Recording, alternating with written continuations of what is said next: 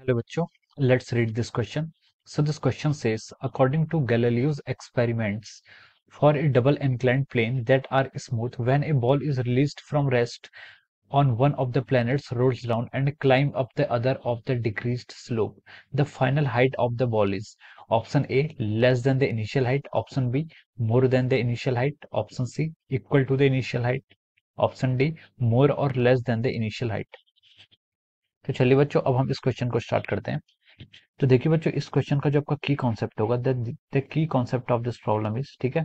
तो देखिए इस क्वेश्चन में इसने बोला है कि गैलीलियो ने जो एक्सपेरिमेंट किया था उसमें क्या हुआ था कि हमने किया था डबली इंक्लाइंड प्लेन लिया, यानी कि दोनों साइड पर प्लेन क्या है, इंक्लाइंड है, ठीक है। डबली इंक्लाइंड प्लेन का मतलब होता है ये आपका, ठीक है, इस तरीके का कोई आपका प्लेन है, ठीक है।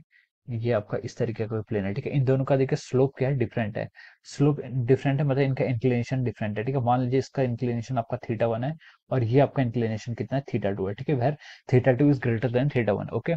तो इसने लिखा है doubly inclined plane are that are smooth. Smooth मतलब बोला है तो इसका मतलब यहाँ पर कोई फ्रिक्शन का फोर्स हम कंसिडर नहीं करेंगे, ठीक है। स्मूथ सरफेस का मतलब है कोई फ्रिक्शन कंसिडर नहीं करेंगे।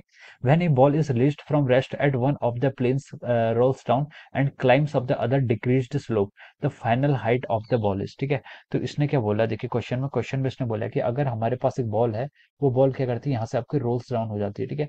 बॉल को अगर हम यहाँ से गिराते हैं, ठीक है, तो बॉल इस स्मूथ इंक्लाइन पर जाएगी और उसके बाद क्या होता है, ये इस दूसरे प्लेन पर जाएगी, सॉरी दूसरे इंक्लाइंड प्लेन पर जाएगी, थीटा 1 जिसका इंक्लिनेशन है। लेकिन इसकी जो हाइट होती है वो हाइट क्या होती है, बराबर होती है, यानी कि आपकी ये जो हाइट है, ठीक है, ये आपकी हाइट मान लीजिए h1 है और उसने बोला कि ये हाइट कितनी है आपकी s2। तो h1 और s2 में हमें क्या बताना है, रिलेशन बताना है, ठीक है। This is called our Galileo's law, ठीक है। इसको हम गैलीलियस लॉ ऑफ इनर्शिया भी कहते हैं, ठीक है। तो देखिए हम यहाँ पे इसका की कॉन्सेप्ट रख सकते हैं। इसका हम की कॉन्सेप्ट क्या रख सकते हैं, लॉ ऑफ इनर्शिया, ठीक है। This is called Galileo law of inertia. तो ये क्या था आपका, गैलीलियो का था, गैलीलियो ने ये एक्सपेरिमेंट किया था, ठीक है। एक बॉल को हमने इनिशियल पोजीशन ए से उन्होंने रोल्स डाउन किया था, ये बॉल फिर इधर को गई और फाइनली अपने बी पर आ गई, ठीक है। तो ये हमसे पूछा गया था कि उस बॉल की जो फाइनल हाइट होती है वो क्या होती है, यानी कि हमें s2 की वैल्यू गिवन है और हमें h1 की वैल्यू क्या फाइंड आउट करनी है, ठीक है।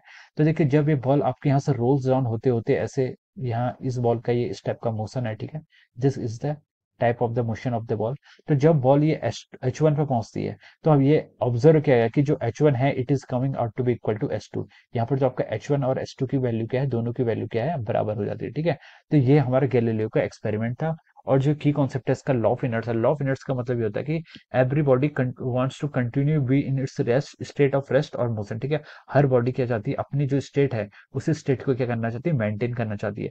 आइदर वो रेस्ट में है या फिर वो क्या है, मूव कर रही है विद सम कांस्टेंट वेलोसिटी, ठीक है। तो this is the statement of our law of inertia, ठीक है। तो देखिए इसमें जो बॉल होती है आपकी, बॉल क्या करती है, सेम हाइट पे जाती है, ठीक है। इसको डिफाइन करने के लिए हम बोल सकते हैं कि यहाँ पर आपकी जो एनर्जी कंजर्वेशन को हम अभी यहाँ पर यूज कर सकते हैं, लेकिन this it was just an experiment which was conducted by the Galileo. और उसकी जो आउटकमिंग्स हमें मिली थी, उसकी आउटकमिंग्स क्या थी, ये थी, ठीक है। उसकी आउटकमिंग्स क्या थी कि दोनों क्या करेंगे, आपके सेम हाइट तक ही जाएंगे, ठीक है, सेम हाइट तक जाएंगे।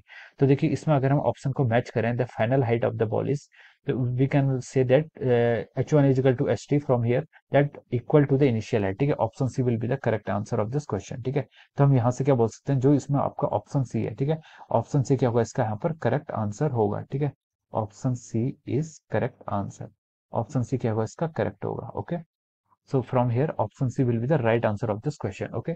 So I hope you all understood this concept. All the best and thank you so much.